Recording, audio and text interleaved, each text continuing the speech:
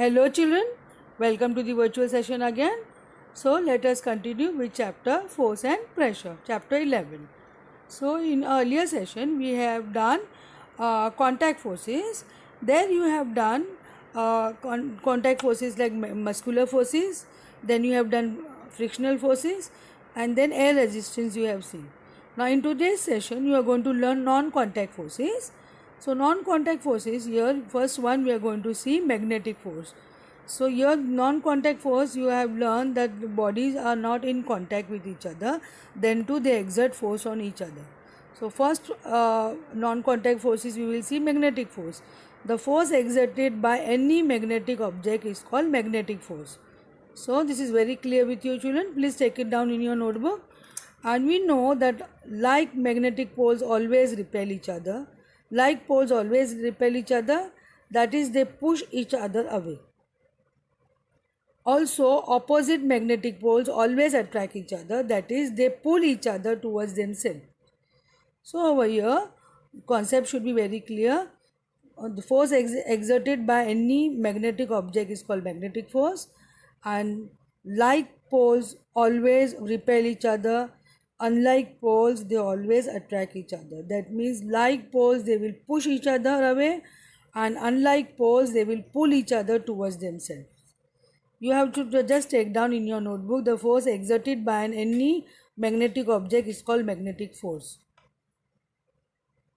Then you can see over here this diagram here, green arrows indicate magnetic forces. So the attraction between the unlike poles, you can see red and black, and the green arrows indicate magnetic forces. So it is showing attraction because black and red they are opposite. Suppose they are opposite poles, they are attracting. Then you have red and red repulsion, and here you will see rotation where you have the orientation of the magnet. Here it is vertically and horizontally placed, so they will show a rotational force. So attraction, repulsion and rotation, where the third one, the orientation of the magnet is vertical and horizontal. So one pole horizontally and the other magnet kept vertically. Horizontally and vertically they will show a rotation. So this is how the magnetic forces will act. What is electrostatic forces? So now under non-contact forces, we are learning under non-contact forces. The force exerted by a charged particle is called electrostatic force. So a charged particle, just a simple example, you take a comb and you rub against a silk cloth, or you rub against your dry hair.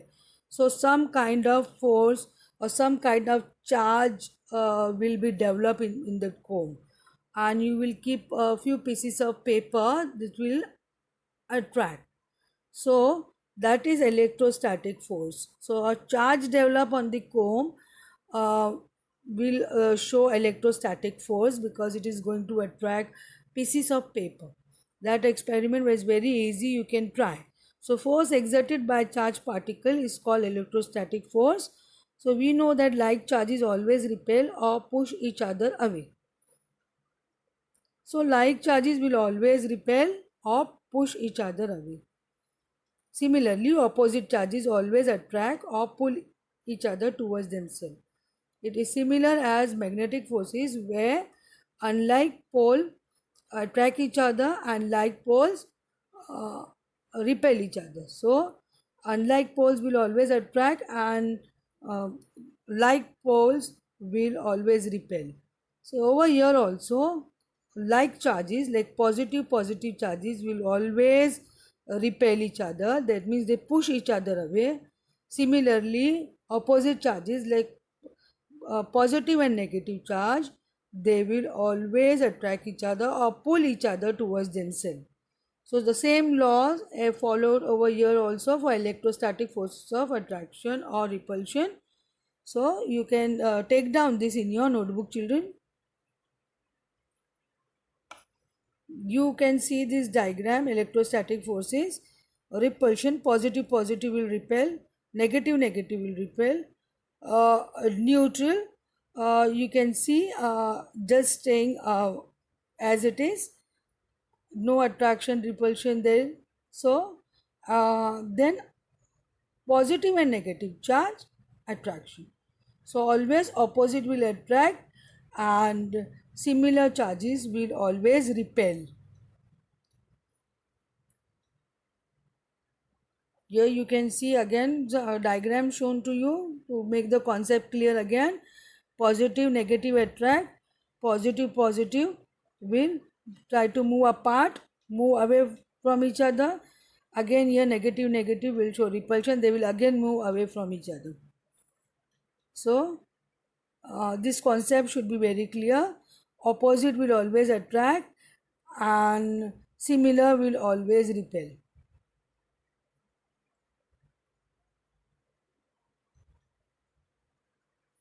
Now, gravitational force, a very important force. You should know this concept very well. What is gravitational force? Because it is acting on every body on earth. So, let us see. It is the attractive force that is applied by the earth on all the objects.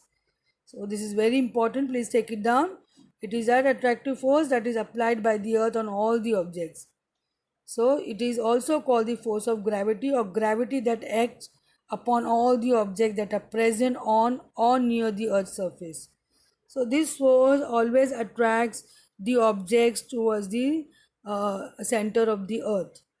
So this force which attracts towards the center of the earth is called gravitational force or force of gravity.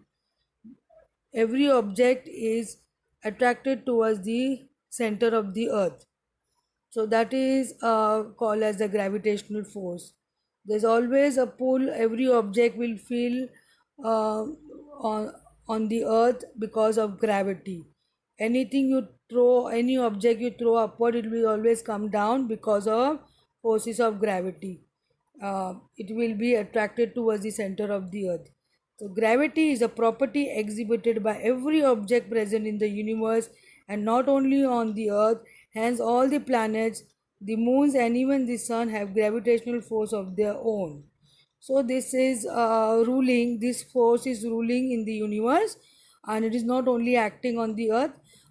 Here a simple example you can see on the earth, any cricket ball or anything, any object you throw upward, it will always come down because of the gravity, because of the gravitational force.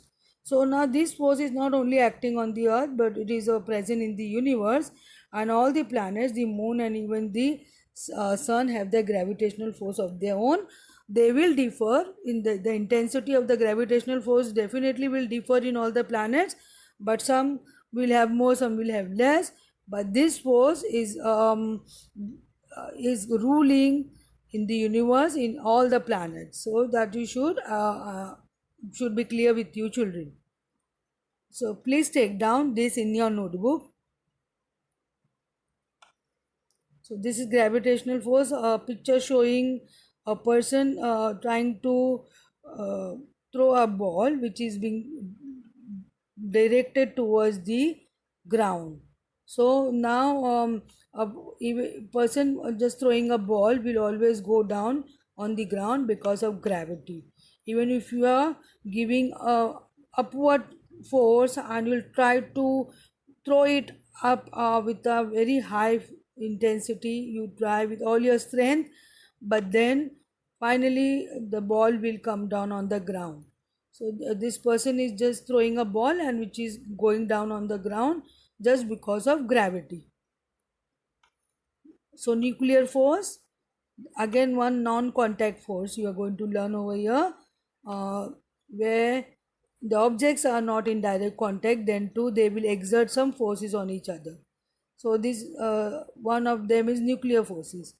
The nuclear force acts between all the particles in the nucleus, that is between two neutrons, between two protons, and between a neutron and a proton. So you all know an atom is made up of uh, proton, neutron, electron. So where this force is acting, we will see over here.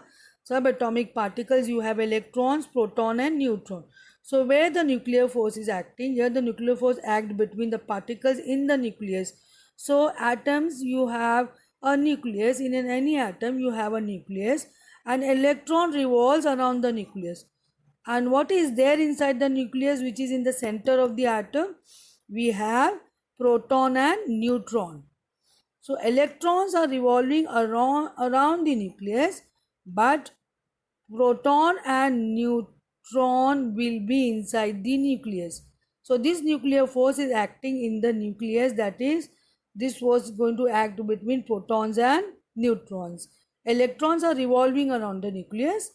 So we will see over here how this force acts. It is acting between two neutrons, between two protons, and between a neutron and a proton. So over here, they only here the nuclear force is only acting between proton neutron. An electron will revolve around the nucleus. Nuclear force will have nothing to do with the. Here we are only talking about the nuclear force which is acting in the nucleus. So electrons are just revolving around the nucleus. So they are acting between two neutrons, two protons, and a proton and a neutron. So it is an attractive force in all cases. It is the force that keeps the nucleus intact by overcoming the enormous repulsive force between positive protons. So what is how the nucleus is kept intact? How proton and neutrons in the nucleus are kept intact? How they remain stable? How they stay together in the nucleus, that is in the center of the atom, because of the nuclear forces. There are a huge repulsive force between positive neutrons, because as you know, positive will repel. Positive charges will always, positive and positive charge, two like charges, positive and positive, that is a proton and another proton, will always repel. But what is keeping them intact, what is binding them in the nucleus, is the nuclear force, which is acting between two neutrons, two protons, and between a neutron and a proton. So this was always there in the nucleus, which will act upon the neutrons and protons, and that is why the atom will remain stable, because the nucleus, which is in the center of the atom, is stable due to nuclear forces. Therefore the atoms remain stable unless you create some excitement externally, or by applying some other forces you create instability. Otherwise the nucleus remains stable because of the nuclear forces. So here you can see proton and neutron, and you can see the forces between them shown by the arrows, and this is how the nucleus, this is the center of the atom, that is the nucleus, where proton and neutron will have the nuclear forces. Therefore the nucleus will remain stable in the center of the atom, and electrons revolve around the nucleus.